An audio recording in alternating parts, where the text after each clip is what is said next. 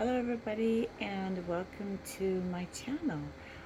This is why I love my job, which is at Walmart. We're going to have some interesting information. We're going to get rid of some uh, things that are not correct about Walmart. I know a lot of people have a love-hate relationship with Walmart. I'm going to give you some tips on how to secure a interview and things that you should do in an interview and get you that job that you love. So let's start off at the beginning. So I do love Walmart. I know a lot of people hate Walmart, but I do love Walmart. I love working at Walmart. Walmart is a good company. We will cover that a little later. So how I originally got my interview at Walmart, the state that I lived in, they had a program called Welfare to Work. So basically, if you had a child underneath who was soon approaching age 3, because they let you stay home when you have a child uh, up until he's 2 years old, and then from there they want you to get back to work, which is understandable. You know, 2 years old is a very important time in your child's life, right? Okay, so they had the work to welfare or welfare to work program. So um, they help you learn skills to go to work if you've never had a job before. There's a lot of people who only had children because they'd get the benefits, the extra food stamps, and the extra money per month for each child that they had. Well, they stopped that, okay? So then you have people who never worked before, and now they have to find a job, because they'd be cut off the program. So anyways, they get together with other companies who will get a tax break for a certain period of time if they hire somebody to get them off of the government public assistance program, basically off the government's money and the state's money. So I had an interview. They scheduled me an interview because I had worked before. So I did have him, I did know how to work. I did have skills. But don't let that deter you because, like I said, a lot of companies do hire people that don't have any skills and they teach them. And in fact, one of the things that a lot of companies liked is they preferred people who didn't have skills because they can teach them how they want things to be done. I don't have to worry about anything, okay? So anyways, I got the interview for Walmart that was just opening in my city. My city never had a Walmart before. So it was from the ground up. It was a brand new building. They built it. It wasn't one of those things that they took over the building. No, they built it. So I went to the interview, and this is something that I had not experienced before. So they were doing a mass hiring. If you can imagine a Walmart Supercenter, how huge those things are. They needed people for everything and every shift. They needed numerous amount, hundreds of people. Okay, I think the store ended up having like 400, 500 people in it. So, they were doing mass hiring. So you went into this big room in the back that ended up being their employee break room that set about 50 people in it. I want to say that's how big the break room was. Um, but so you went in there and they had, those long white tables set up. And so you went in there and what they did is they did a interview rotation. So everybody would first be interviewed by the first person that you normally would be interviewed with. So you'd go through that interview process, and then they would leave, and the second group of higher ups would come out, and they would interview you.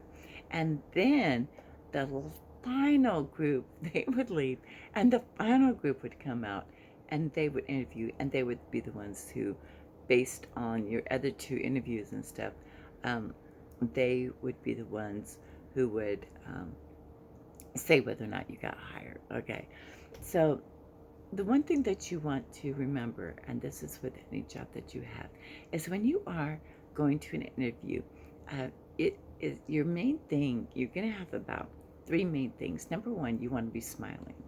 Um, you want to be smiling. You want to have a happy tone in your voice. You want to show that you're happy to be there. You want to shake hands, not a fish hand. Oh God, no, please, no fish handshake. You don't want to squish their hand either, but you want to have a firm grip. Okay, a firm grip. Shake their hand. Say thank you so much for taking the time to interview me today. Um, and then you want to also have a little bit of knowledge about the company. And I'm going to tell you that in a minute. So you get that the first person comes out and you do that, right? And when you're speaking to them, always have this attitude that you're so happy to be there, that you like the company. Why would you apply at a company that you don't like, or that you've heard bad things about? Well, everybody's heard bad things about Walmart, right? So, well, we won't use that. Um, but let's say that you've never had a job before and you don't know if you're going to like it or not. That's okay too, because that's how you figure out what kind of jobs do you really want. You have to experiment. You have to find whether or not that job's going to be a job. That field is going to be a field that you want to be in. I've done that, when you have people say, oh man, you'd be really good working with kids, or you'd be really good working in a hospital. You'd be really good doing this, do that. So try some of those things out, because what other people see in you, you may not see in yourself. So what would it hurt? Then you would know whether or not that's something that you want to do. You might find that that is something that you want to do, and you found your home, your calling, let's say. Okay, so you go through and they ask you questions. And some of the questions they're going to ask you is, what would you do? Or what have you done? Or can you tell me, like something like, can you tell me, what you would do if you had an associate came to me and they started talking bad about another associate? What would you do?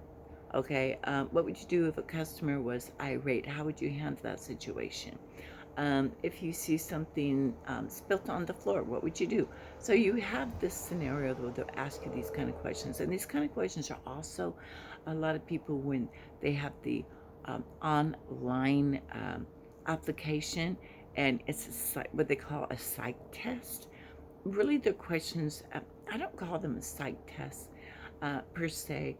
They're trying to find out if you have answered questions in what the type of personality or type of person they're looking for. Okay, so don't be intimidated by it. Just give them your best response. Um, you get to a point in the interview process where they're going to ask, do you have any questions for me? This is where you can shine. So the best thing you can do is do a little of your own research on the company. And what I mean is, go to the website, find out some of the things that the company does. Do they give, like, do charity stuff? Um, do they have outreach programs? Do they have programs within the company to help employees that are free? Um, what's their what holidays do they give off? How is their vacation pay? Do they have a 401k? Things like that. So be prepared. Get those questions. Look at the company website. Find out the things that you can, like, research and ask, because then it shows them that you are really interested in the job, because you took the time to find out things about the company. So that pushes them up too. So you have your smiles, your attitude when you're speaking. They hear the happiness in your voice, because you don't want to go in there with attitude. You don't want to go in there feeling bad and yucky and stuff. So they hear that in your voice, and they see that on your face, and they know the questions that this is, that you did a little bit of research on the company, and that makes them happy. Um, so anyway, so I went through this process, and then on the third one is when they said, congratulations, can you start on this date? And you're going to come in and go to HR, and you're going to start doing your onboarding. It's called onboarding now. That's where you fill out all your paperwork for your W-2 paperwork and your things like that, your health insurance and all that stuff. They call it onboarding because you're coming on board with the company, so they decided to call it onboarding. Um, Some companies you'll also have to watch videos.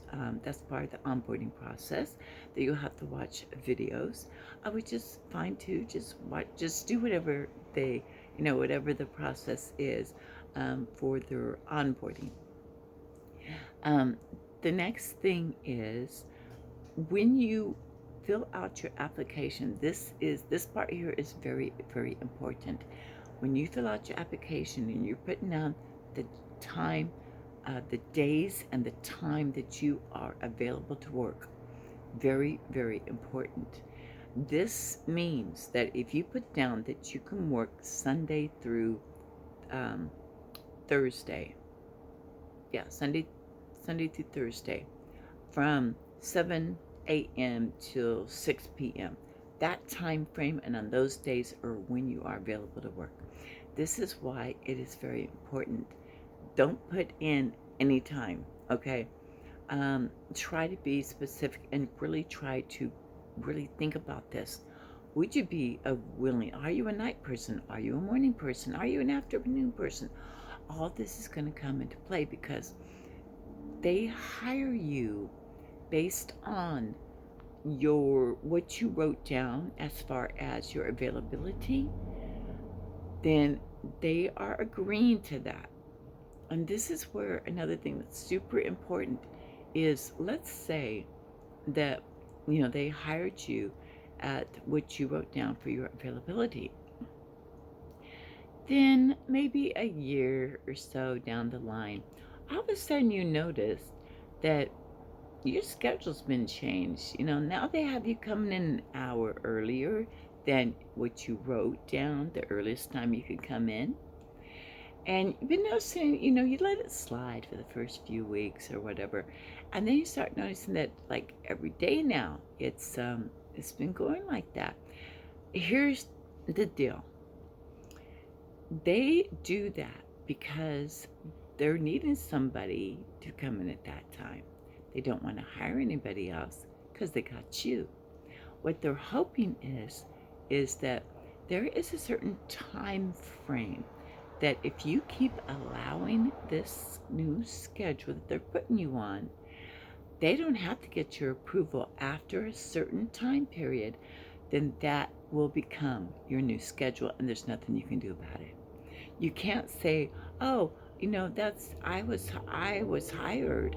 I wrote down I couldn't come in, before 7 o'clock, but you passed that time frame of accepting to come in at 6 o'clock. So now they can legally make your schedule start at 6 o'clock. So companies do this because, especially if you're a good employee, when you're a good employee, they want you to be at the most time when they need somebody. They want their best employees to be there when they really, really need somebody. So just pay attention to that. I'm not saying every company does it. Sometimes some companies will do it. Like I said, they want their best employees at the time when they feel that they need to have the most crew on staff. And you're already working for them, so you don't have to hire anybody else. So, excuse me. So just be aware of that and just know that, I've had it done to me and I let it slide for a few weeks.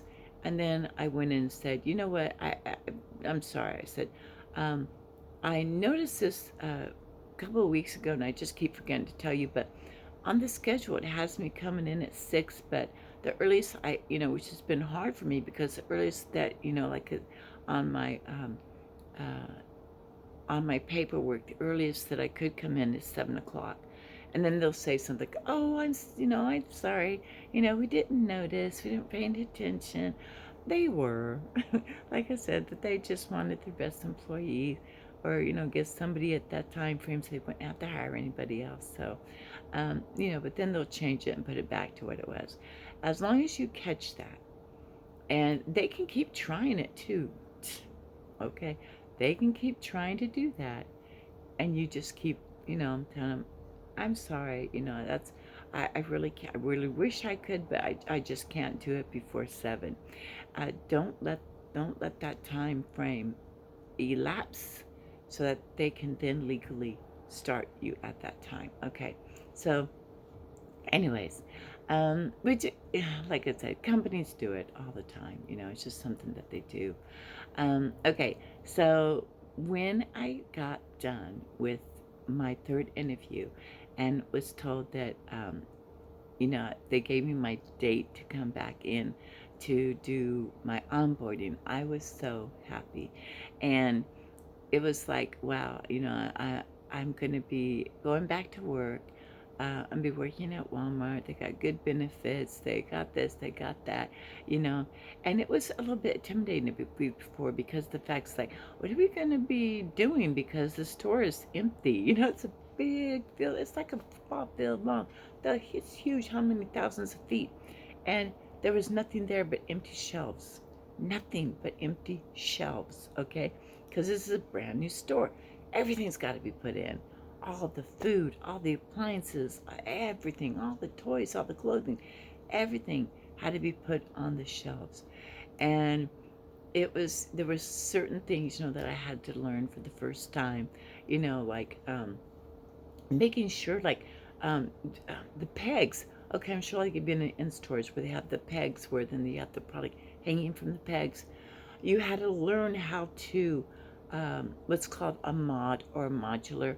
You had to learn how to read that to say where each peg actually went to fit each item. So they have that down. And this is one thing you're going to find out too, is like, okay, so there's a guy or guys or girls, there's people in a room with computers. They have the exact dimensions of the item that they want put on the shelf or put on these pegs, but it don't fit. So, like, how can that be? How can this not fit? Because you got the dimensions, but it ain't fitting. So that always baffles me how that happens, and it still happens to this day. It's like, how can that be? You're using a computer to figure this out. So how can you not get it right?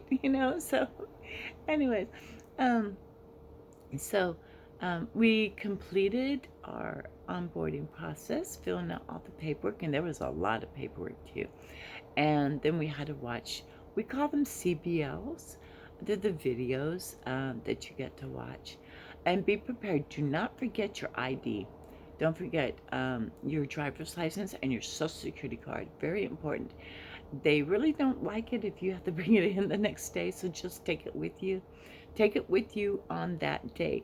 I don't care if you're going in and just one person's interviewing you, take it with you, because they can hire you on the spot, and they're going to ask for your social security card and your ID. You might as well have it with you. Don't have to bring it back. Just hand it over to them. Let them make their copy. Voila, you are set. Okay, so that's another thing that's very, very important that I forgot to mention, was about that.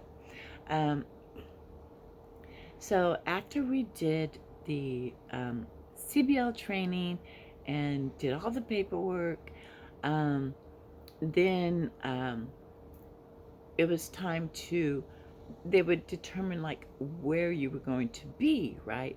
So what department are you actually going to be in? So I don't remember why or how I got put into the grocery side of Walmart, which was interesting. Um, so the grocery side of Walmart, which entailed the fresh and the canned area. So fresh would be dairy, meat, deli, produce, and then general, the canned area, dry goods would be, where your canned stuff is and your cereals and stuff like that. That's called dry grocery. So they decided that I was going to be on the grocery side of the stores where they were going to put me, which was fine. Had never worked that before, so that was just perfectly fine with me. Um, so first they were going to start me off and put me in the dairy department. So the one thing about dairy is you are in a cooler, like maybe 75% of the time, because all the freight gets put in the cooler. And where you put the milk and stuff like that, that is all done inside the cooler. So you are in the cooler, getting freight, you're in the cooler, putting the milk in the freight and in the slots and everything. It's done in the cooler. And that's where I'm going to leave it for today's Why I Love My Job at Walmart. And the next video, we will pick up the remainder of the second half of my getting started at Walmart. Everybody, thank you again for being here. You can hit the subscribe button if you like. Hit the like button, share the video. Thank you very much.